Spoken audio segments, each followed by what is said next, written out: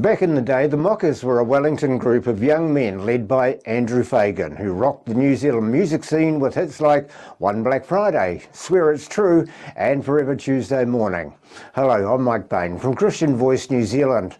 In this episode, instead of talking about music, I want to give you some insight on how to deal with the Mockers, who may just be rocking your life.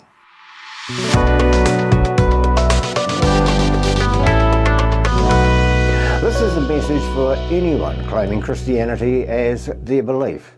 Now, if you're an evangelist or an office worker, you're going to be treated by New Zealanders at large pretty much the same way. You'll be mocked, you'll be ridiculed, even taunted by others for your belief. So all I can say is wear it, own it, because those who do not know what they do or why they do are confirming their own foolishness and ignorance.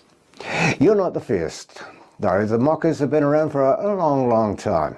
Interesting to note that the record shows that Jesus was the most mocked person in all of the Bible. Now, I accept by being mocked by your peers can sometimes have a negative effect on your esteem, and too much could end up causing insecurities or deep psychological issues.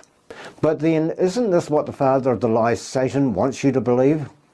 Well, what led me to bring this matter to the fore was the account of David in 1 Samuel 17, where his older brother Eliab mocked him just prior to him facing the giant Goliath. Now, Eliab had overheard David asking one of the soldiers a question regarding the promise of King Saul's reward for striking Goliath down. It was just a question. But remember, in his family's eyes, David was seen merely as a shepherd boy. His lanolin-soaked fingers played the harp for King Saul, certainly not the hardened warrior. So he was mocked, reminded of his place, and yes, his older brother Eliab did call him conceited. Just remember that. You can imagine, though, how that conversation went. If you have a bunch of brothers, there's always going to be one not as robust as the others and considered to be a bit on the soft side. Now, he's usually the one with all the bruises and possible psychological issues. But David might have had soft harp-playing fingers, but wasn't this the same man the Bible records as seizing a bear and a lion by the scruff of the hair of its hair, killing both because they carried off sheep from the flock? Well, mock that effort, Eliab.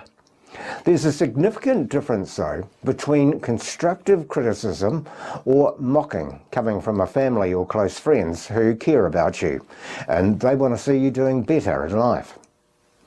The other type of criticism reflects insecurities and deep psychological issues. Hey, we all have flaws, but when the mockers start, take some time and try to question their motives. Maybe you'll find it's he or she is the one who really needs help. You come to this realization this person mocking and trying to humiliate you is mentally unstable. Now, there'll be a reason. Truth is, what's behind the snide comment, the mocking gesture, or the put down to others comes down to one thing, and that's jealousy. When speaking to the Corinthian congregation, Paul indexed jealousy alongside of discord, fits of rage, selfish ambition, slander, gossip, arrogance, and disorder as unenviable traits. But never take criticism personally. It's hard to admit this, but I'm sure you'll understand. There's no loving way to say this. But we do live in a fallen world with people who disguise themselves in the form of sane humans. In most cases, you'll be criticised or humiliated because of psychological issues that the attacker suffers from, and not because you are bad or defective. People guilty of mocking lack self-esteem. So take some time and sit down with them. Maybe ask them the reason why they mock and try to humiliate you.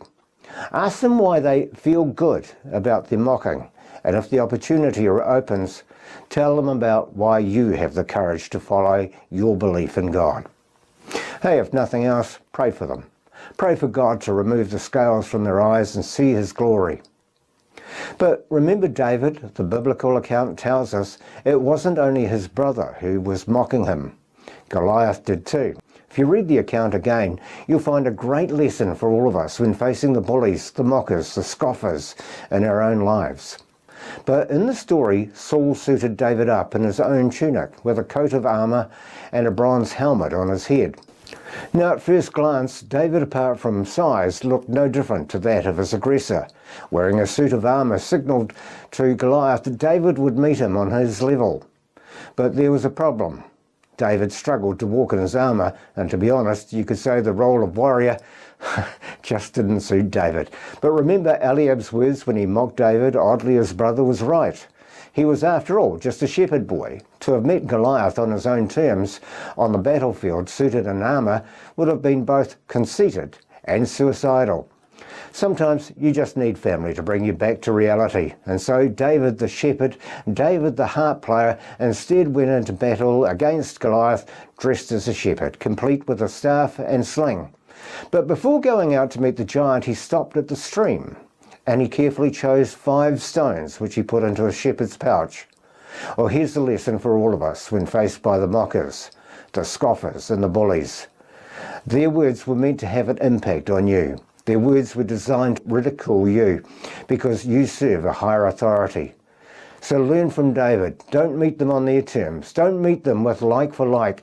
Take the time. Choose your words carefully. Ensure one used will have an impact and humble the giant in your life. Now, I've got to admit, that would be a victory in the name of God Almighty.